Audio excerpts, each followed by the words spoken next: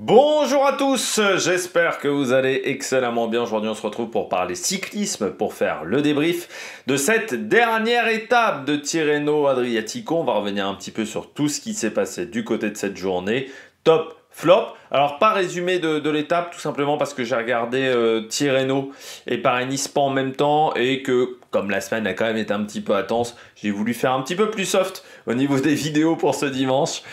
Donc voilà, j'ai fait des vidéos sans le résumé, en sachant que bon, sur Tirreno, certes, il s'est passé des petites choses en début de journée, mais ensuite, dans le final, ça a été câble. Sur Paris-Nice, ça n'a pas non plus été démentiel en termes de spectacle, donc voilà, j'ai décidé de ne pas faire de résumé, top flop, cours les différents classements en fin de vidéo. N'hésitez pas à vous abonner à la chaîne, à réagir dans les commentaires, à mettre un pouce bleu, à partager la vidéo sur les réseaux sociaux, notamment auprès de vos proches, si vous pensez que ça peut les intéresser. Dans les commentaires, n'hésitez pas à me dire qui vous a plu, qui vous a déçu. Quand vous vous abonnez à la chaîne, vous pouvez rajouter la petite cloche, comme ça vous êtes au courant des dernières vidéos qui viennent de sortir. Cyclisme, biathlon, rugby, ça sera en début de semaine. On va essayer de faire Vendée Globe également. Nokia Corse présentation aussi dans tout ce programme. Enfin, on va essayer de faire voilà un lundi, mardi où il y aura quand même quelques vidéos au programme sur cette semaine. Et puis Milan-San Remo, bien entendu, samedi. Présentation, je pense, vendredi. Parce qu'on a parfois des surprises de dernière minute au niveau de la liste de départ. Et puis cette année, première édition de Milan, San Remo, pardon, féminin. Et puis dimanche, il y a Cholet également, Pays de la Loire. Et puis il y aura le biathlon aussi du côté d'Oslo, où j'espère que les conditions seront meilleures qu'à Polyuka, qu'on n'a pas débriefé, mais avec des conditions de neige assez catastrophiques. Bon, Tirreno, dernière étape, San Benedetto del Tronto. C'est rarement une étape passionnante. Ça a été un peu mieux que d'habitude. Parce que c'est vrai que San Benedetto del Tronto, normalement, on s'ennuie ferme. C'est vraiment une journée où il se passe pas grand-chose. Là, il y a eu quand même un petit peu d'animation au début de journée avec Vauclin, notamment avec Van Der Poel. De l'animation au niveau du sprint intermédiaire avec Tiberi, Ganna, Milan. Et puis, bon, le sprint sur la fin, où là, il y a eu un petit peu moins d'animation, quoique quand même. C'était loin d'être fait pour Jonathan Milan, notamment avec un virage à 2,5 km, qui a été assez mal pris par les Lidl Trek et qui aurait pu leur coûter très cher. Mais Milan est quand même très fort en ce moment. Et surtout, son équipe a réussi à rectifier le tir. Donc, pas de résumé. Peut-être la neige également ce matin. C'est vrai que les enfants avec la neige, voilà. Vous perdez de l'attention, vous êtes plus autant concentré. Oui, ce matin, je pars chez moi, il neigeait. Ça s'est bien calmé. Et, voilà. Au réveil, il y avait un petit peu de neige sur le sol, ça tenait légèrement. Et puis bon, à 10h, c'était déjà entièrement fondu et c'était plus que de la pluie et un temps gris, tout gris. Voilà. Donc on va revenir un petit peu sur les coureurs au top. Ah, attaque de Marlou! Du côté des coureurs top, je commence avec Jonathan Milan. Ouais, belle semaine. Belle semaine, Milan, quand même. Et puis, c'était important ce sprint aujourd'hui parce qu'il fallait voir où il en était après sa chute. C'était hyper important de voir dans quelles conditions physiques il était après sa chute parce que c'est vrai qu'il est tombé assez lourdement quand même sur l'étape de mercredi. Et on se disait, bon, bah, comment il va être physiquement, comment il va se remettre. En plus, il y a eu 3 jours de pluie quasiment d'affilée, et même hier, il faisait pas très beau dans le final, donc c'est sûr que c'est pas les meilleurs, le meilleur temps et la meilleure solution pour avoir une bonne capacité de récupération. Mais bah, il s'en est plutôt bien sorti aujourd'hui. Déjà au moment du sprint intermédiaire où il a fait le job pour Ghana. C'est intéressant de voir qu'on peut encore avoir des stratégies inter-équipe. Et puis, il a également été très bon dans le sprint parce qu'encore une fois, le virage, je crois, à 3 bandes de l'arrivée, bah, il y a le tout droit de certains coureurs et du côté de la Lidl, on prend mal ce virage sur la droite. Mais dès la ligne droite suivante, eh bien, on était déjà bien repositionné, bien en place du côté de cette formation. Et puis après, bon, bah Milan, quand il déclenche, très clairement, en ce moment, personne n'arrive à suivre par Tim Merlier. Pas de chance, Tim Merlier n'était pas au départ, mais tu sens que sur la fin, quand même, Bennett est pas très loin de revenir. Mais oui, Penouet qui lance au même moment, et il y a également... Il n'y a pas que Penouet qui lance au même moment. J'ai oublié son nom. C'est Jack Stewart aussi qui lance au même moment le coureur de la Israël, sont pas en capacité de suivre. Coy était trop loin, donc il revient sur la fin mais il était trop loin. Bennett, il a quand même fait un énorme effort pour se repositionner avec Gumerstad et c'était compliqué. Ensuite, donc Milan, j'ai envie de dire, sur ce sprint assez RAS. Mais voilà, il finit quand même sur une bonne note avec une victoire au sprint sur une étape où c'est déjà sa deuxième victoire ici à San Benedetto del Tronto. L'an dernier, il avait fallu battre Jasper Philipsen et un peu plus d'adversité que cette année. Mais il a été efficace pendant cette semaine, malgré cette chute. Et il a bien récupéré, donc bravo à Jonathan Milan. En plus, il a pu aider son copain Filippo Ganna. Ça a été une semaine intéressante pour lui. Et maintenant, projection Milan, je pense, du côté du coureur de la Lidl Trek. Mais avec quand même un os. C'est Pedersen qui est en très grande forme, on l'a vu encore aujourd'hui du côté de Paris-Nice. Ça va être intéressant même parce que en gros, ils sont dans la même situation pour moi que Alpecin.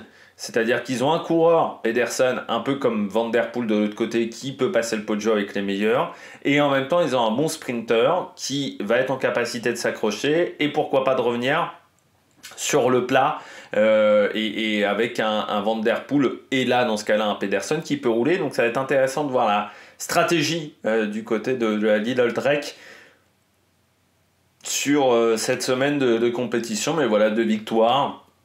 On a combien de victoires d'étapes? Juste d'étapes, 1, 2. Du côté, c'est un contre-la-montre par équipe.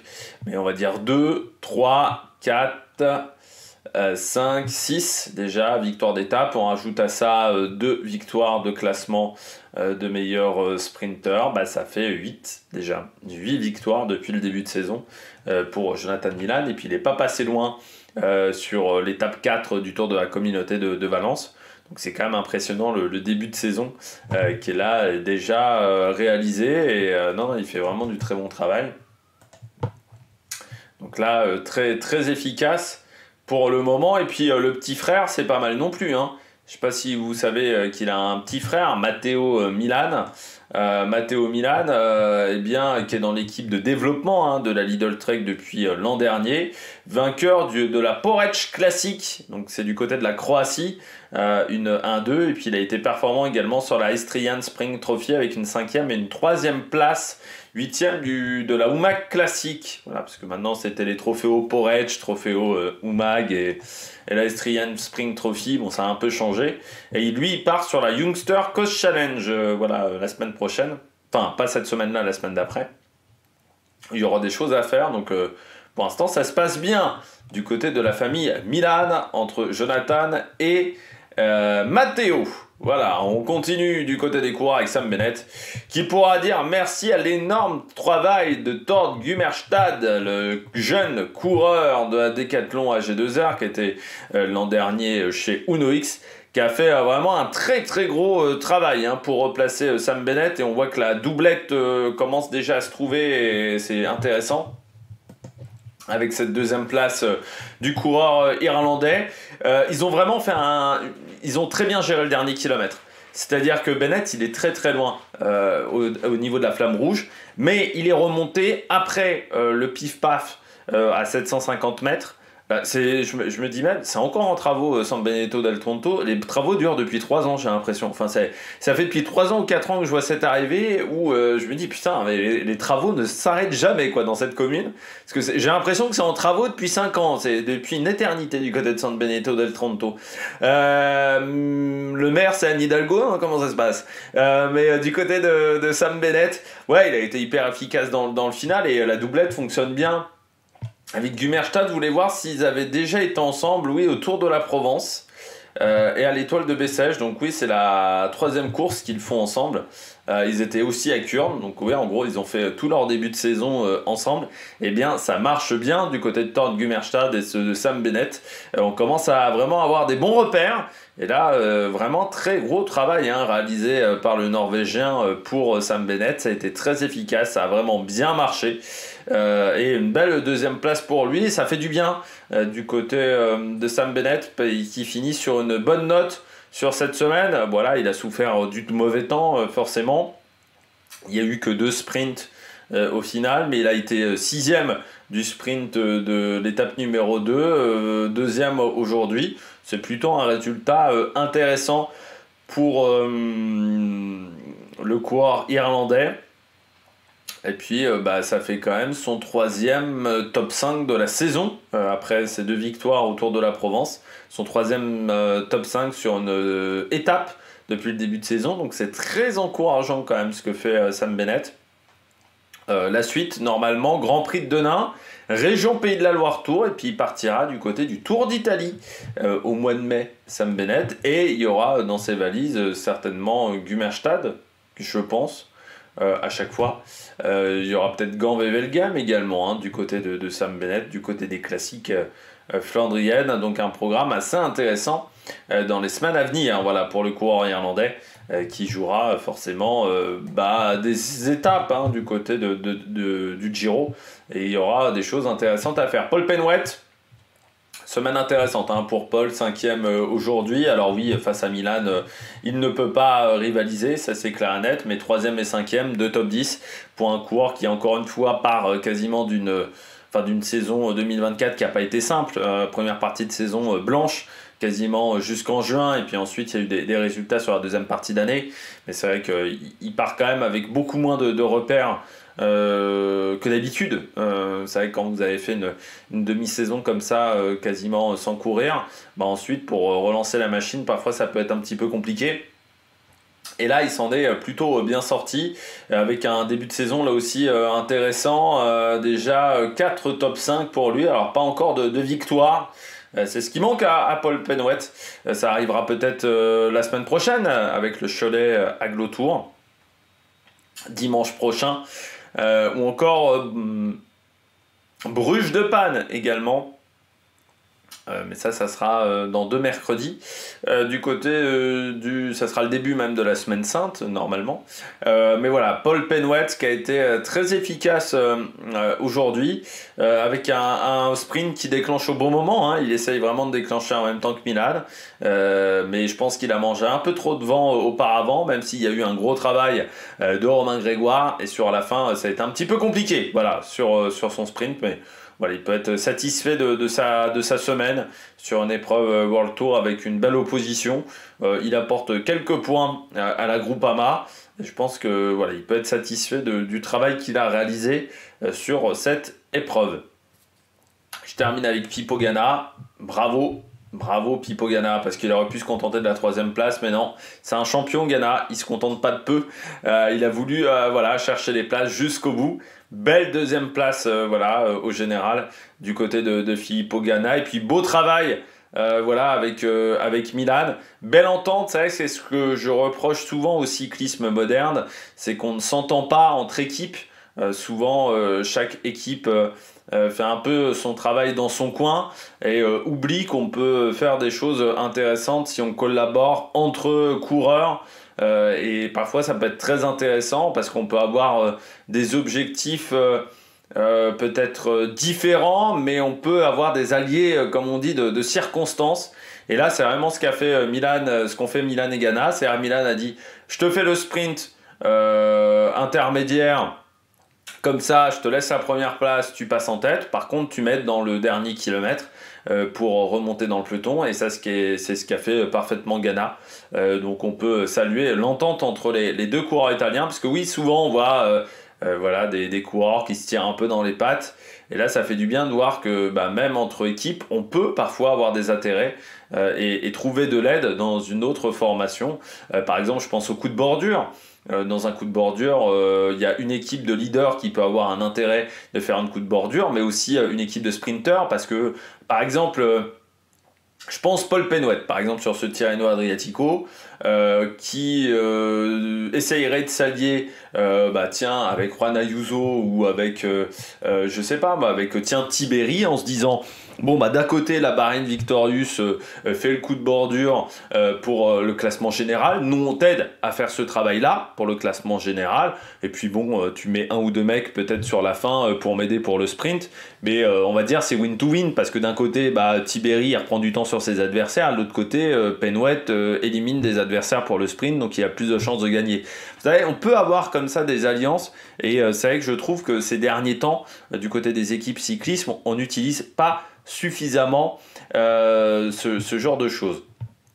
Allez, on regarde tout de suite les bonnets d'âne. Du côté des bonnets d'âne, ouais, Paul Magnier, ça n'a pas été sa semaine à Paul Magnier, hein, et ça finit par 2 chutes aujourd'hui, on espère sans trop de conséquences. Alors il aurait franchi la ligne d'arrivée, hein, parce que encore une fois, moi, je suis parti ensuite sur Paris-Nice, donc j'ai pas forcément vu s'il était reparti sur la ligne d'arrivée. Normalement, il a franchi la ligne d'arrivée parce qu'il n'est pas marqué comme coureur qui a abandonné Paul Penwet, mais c'est vrai que ça a été une semaine difficile, à la fois en termes de résultats, hein, notamment le premier sprint où il fait seulement 24e, où il trouve pas l'ouverture, le contre-la-montre où je pense moi qu'il ne l'ait pas fait à fond, mais ça c'est peut-être qu'il l'a fait à fond et qu'il avait juste pas les jambes, et puis derrière la fin de semaine a été plus compliquée, avec notamment ces 2 chutes aujourd'hui, ce qui fait qu'il ne peut pas faire le sprint. Ça fait une semaine vraiment en demi-teinte, hein, du côté du coureur français qui est arrivé en pleine confiance après sa 2e place du côté du Etniesblatt. Là, c'est sûr que ça redescend d'un cran. Il était attendu en plus cette semaine. C'est vrai que vu ce qu'on avait vu notamment du côté du Tour de Grande-Bretagne l'an dernier, vu également les ambitions qu'il affichait en début de semaine, où il disait c'est vrai que les victoires du Team Merlier ça nous donne de la confiance, on disait Paul Magnier ça peut être une très belle carte, je l'ai mis notamment favori, Paul Magnier du côté des sprints, mais ça n'a pas marché pour le coureur français. Et là aujourd'hui la 2e chute, alors j'ai pas vu la première, mais la 2e chute très clairement, parce que je suis arrivé après, hein. C'est pour ça que j'ai pas vu la première chute. Aujourd'hui, c'était mode détente, hein, je vous l'ai dit, la neige, voilà, j'ai vu les 60 derniers kilomètres, mais voilà, j'ai pas pris avant. C'est vrai que du côté de Paul Magnier, on peut avoir des regrets aujourd'hui avec cette 2e chute, parce que c'est une erreur de sa part, hein, il touche une roue et puis après... Voilà, il part sur le côté et il a de la chance vraiment de ne pas s'être fait mal. Normalement, on verra s'il y a des examens complémentaires, hein, du côté du français, parce que ça serait dommageable de se casser quelque chose à quelques jours, parce qu'on n'est plus à beaucoup de jours, hein, de la semaine sainte. On a une dizaine de jours du début de la semaine sainte. Enfin, de la quinzaine sainte, on pourrait même l'appeler comme ça. Et c'est vrai que là, du côté de Paul Magnier, il faut éviter de se blesser à cette période-là de la saison. Mais ouais, dommage.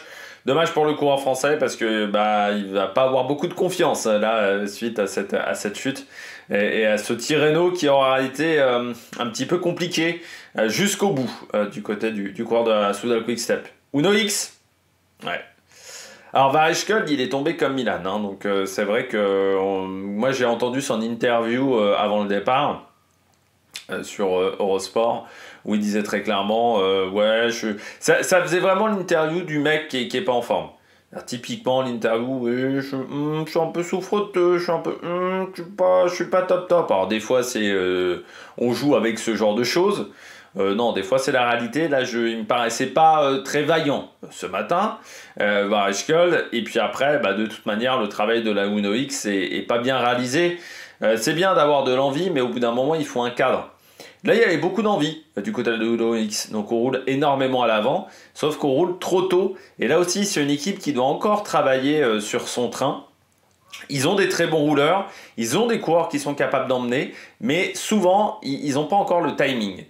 Il leur manque pas grand-chose, hein. C'est moins catastrophique qu'Intermarché, notamment, ou que Israël à une époque, mais il leur manque encore un petit peu le timing pour emmener les sprints. Et là, c'est vrai qu'aujourd'hui, du côté de la Uno X, c'était un peu dommageable, quoi, le travail qu'ils ont réalisé. Je pense qu'ils étaient en capacité de faire beaucoup mieux du côté de cette formation.